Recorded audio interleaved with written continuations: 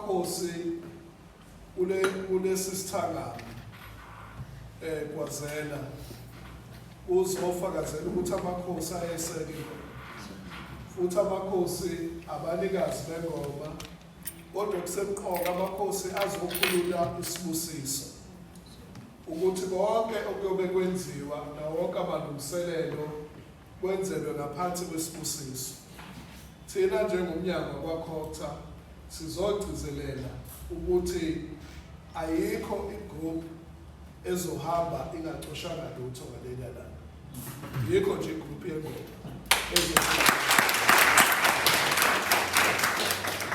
ayikho igroup yengoma ezofika inandise mahhala ngalelo langa. Ngoba lokhu abasuke bezokwenza uthatha inyanga nenyanga zokulungiselela. Ngakho-ke siyabonga ukuthi kube khona amanxusa ama-ambassador Kuba.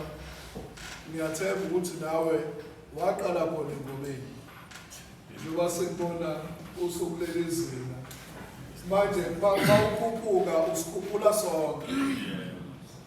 Ngoba ukukhuphuka koyedwa wethu sonke siyakhuphuka. Ugcine seyaziwa nakoKapa nakuphi ngoba begcine zonke izifundazwe lapha KwaZulu-Natal. Nomnotho wesifundazwe uzokhuphuka ngenxa yengoma. Nomnotho waseThekwini uzokhuphuka ngenxa yengoma. Ngakho-ke umnikelo wengoma kazwelonke awuncane. Asifundeni-ke bantu bakithi sikugcina ukuthi sibongelane. Uma ekhuphuka uBahube, ukukhuphuka kwakhe akusho ukuthi uchindezela abantu. Kodwa ukukhuphuka kwakhe sikhuphuka sonke njengesifundazwe saKwaZulu-Natal. Uma kukhona okuhle akwenzayo noma kukhona okuhle okumvelelayo sifunde ukubongelana. Ngoba ezinye izizwe nje zithuthuka nje azinawo uhawu. Yingakho ithuthuka kakhulu.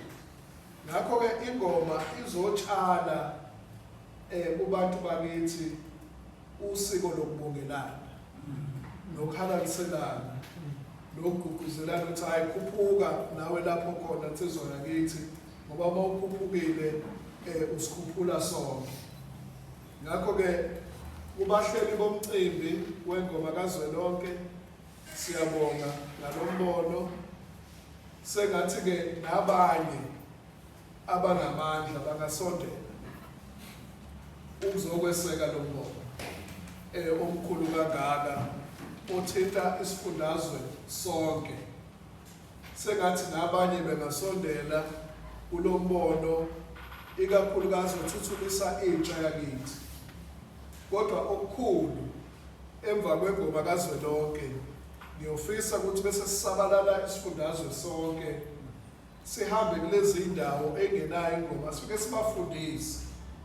Ngoba ngikholwa ukuthi makhosi asedlunkulu ngaleyo ndlela siyokwazi ukuyiqoqa intsha kube khona into abayenzayo. I-office lami lilapha njengoba silapha nje kuleli bhilidi lilapha phezulu.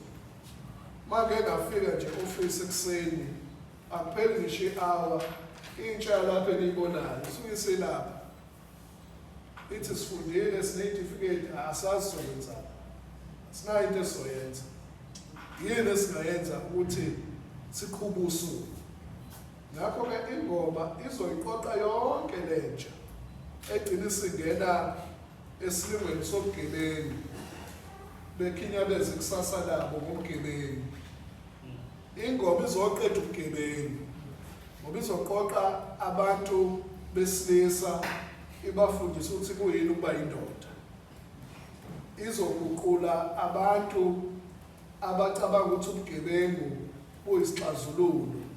Sibaguqule sithi umuntu akafunde ukusebenzisa ithalente anikwe lona ayiphilise ngalo.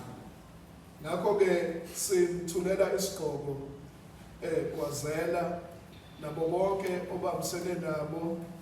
Sengathi onke amalungiselelo angahamba kahle ikakhulukazi amagosi.